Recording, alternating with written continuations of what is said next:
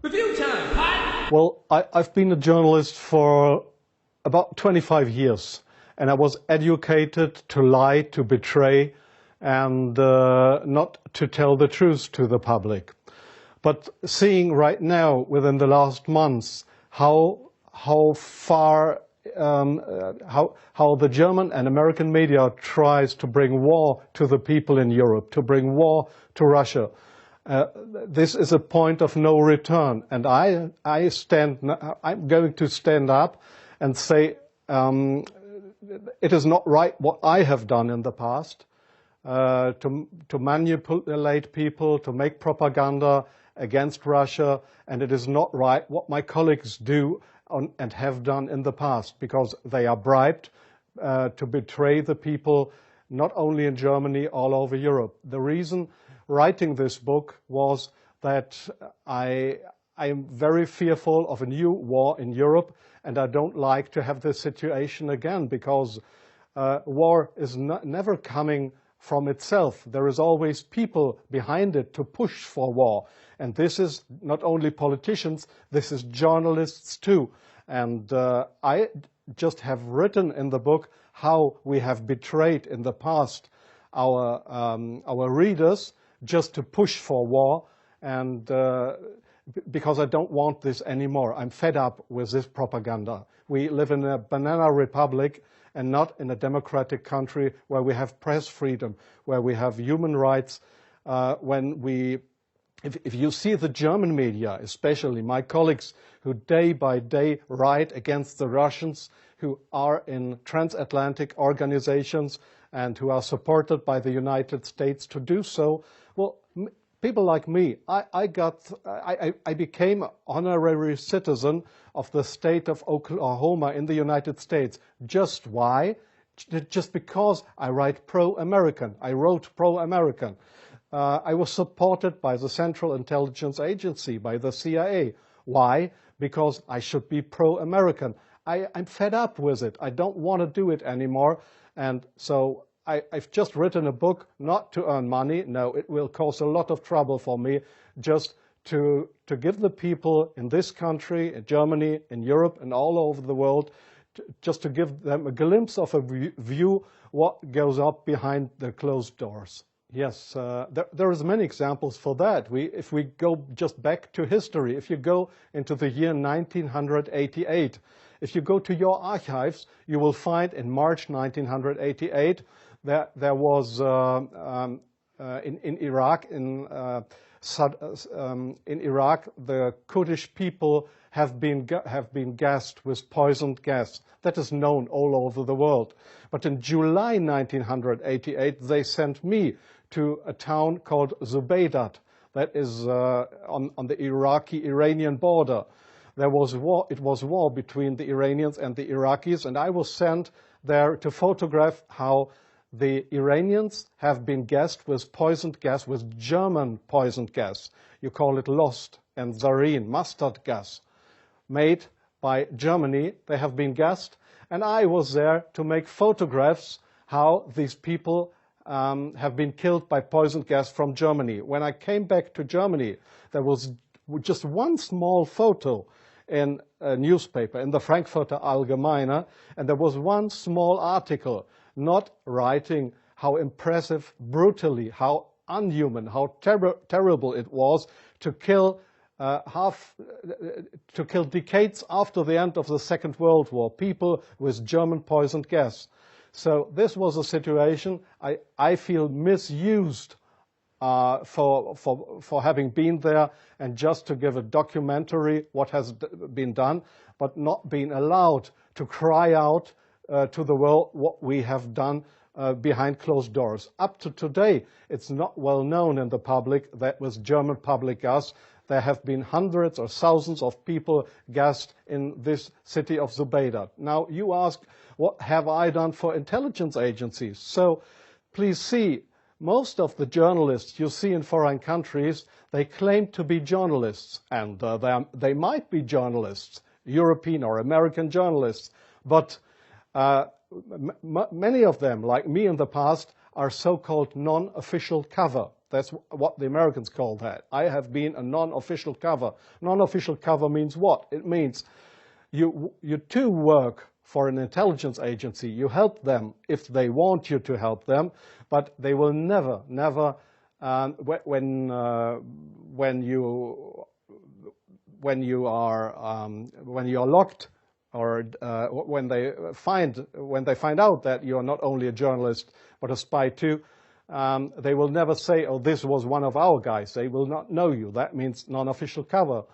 So I have helped them in several situations, and I feel ashamed for that too now. Like I feel ashamed that I have worked for a very recommended newspaper like the Frankfurter Allgemeine, because I was bribed by billionaires, I was bribed by the Americans not to report exactly the truth, but I just imagined in my car while I was driving to this interview, I just tried to work out in my brain what would have happened if I would have written a pro-Russian article in the Frankfurter Allgemeine. Well, I don't know what would have happened, but we were all educated to write pro-European, pro-American, but please, not pro-Russian. So I'm very sorry for that, but this is not what I understand for democracy and for press freedom. I'm very sorry for that. Well, yes, I understand your question very well. Germany is still a kind of a colony of the United States. You see that in many points, like the majority of the Germans don't want to have nukes in our country, but we still have American nukes. So we are still a kind of a colony of the Americans. And being a colony, it is very easy to approach young journalists through what is very important here is transatlantic organizations. All journalists from really respected and recommended big German newspapers, magazines, radio stations, TV stations, they are all members or guests of those big transatlantic organizations. And there, in these transatlantic organizations, you are approached to be pro-American, and there is nobody coming to you and saying, well, we are the Central Intelligence Agency, would you like to work for us? No, this is not the case how it happens. What they do, these transatlantic organizations, is they invite you for seeing the United States. They pay for that, they pay all your expenses and everything. So you are bribed, you get more and more corrupt, because they make you good contacts. You won't know that those good contacts are, let's say, non-official covers, or officially people working for Central Intelligence Agency or other American agencies. So you make friends. You think they are friends, and you cooperate with them. They ask you, well, could you do me this favor? Could you do me that favor? And so your brain more and more is brainwashed through these guys. And your question was, is this only the case with German journalists? No, I think it is especially the case with British journalists, because they have a much closer relationship. It is especially the case with Israelis, of course, with French journalists for a part, not that big as with German or with British journalists. It is the case for Australian journalists, for journalists from New Zealand, from Taiwan, well, there is many countries in the Arab world, like Jordan, for example, like Oman, the Sultanate of Oman. There is many countries where this happens, where you find people to claim they are respected journalists, but if you look behind them, you'll find they are puppets on a string of the Central Intelligence Agency. I'm sorry in interrupting you. I'll give you one example.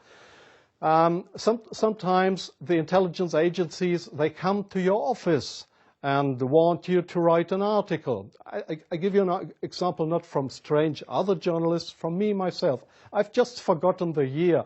I just remember that the German Foreign Intelligence, Bundesnachrichtendienst, it is just a sister organization of the Central Intelligence Agency. It was founded by the American Intelligence Agency. So one day the BND, this German Foreign Intelligence Agency, came to my office at the Frankfurter Allgemeine in Frankfurt. And they wanted me to write an article about Libya and about Colonel Muammar Gaddafi. I had absolutely no secret informations regarding Colonel Muammar Gaddafi and Libya. But they gave me all these secret informations, and they just wanted me to write, to sign the article with my name. I did that, but it was an article that was published in the Frankfurter Allgemeine that originally came from the Bundesnachrichtendienst, from the German Foreign Intelligence Agency. So do you really think that this is journalism, intelligence agencies writing articles?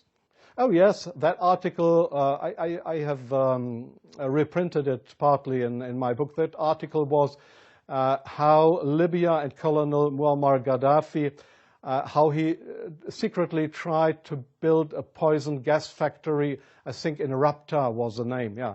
And I got all those information. It was a story that was printed worldwide 2 days later. But I had no information on that. It was the intelligence agencies that wanted me to write this article.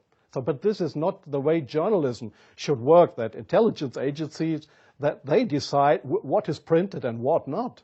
If I say no, I give you an example from a very good example if you say no. Well, we have a rescue unit in Germany with helicopters for traffic accidents. It's called, they call themselves the Yellow Angels. There was one guy who didn't want to cooperate. He was a pilot of the helicopter service of the Yellow Angels in Germany. This guy said no to the Foreign Intelligence Service, Bundesnachrichtendienst, when they approached him and wanted him as a non-official cover to work for the German Foreign Intelligence Agency, under just to pretend to be somebody from the Yellow Angels. So what happened was that he lost his job. And the court in Germany, the judge decided that they were right, because such a guy could not be trusted.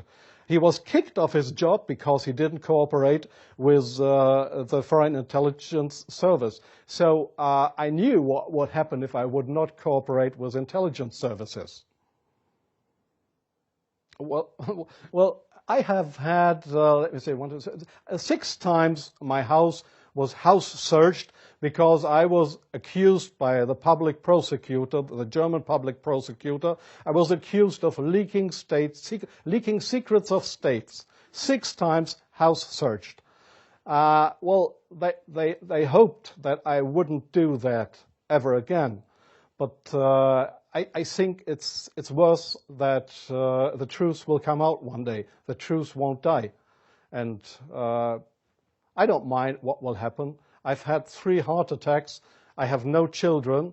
So if they want to bring me to court or to prison, so it's worse for the truth. Redsilverj, all I gotta say.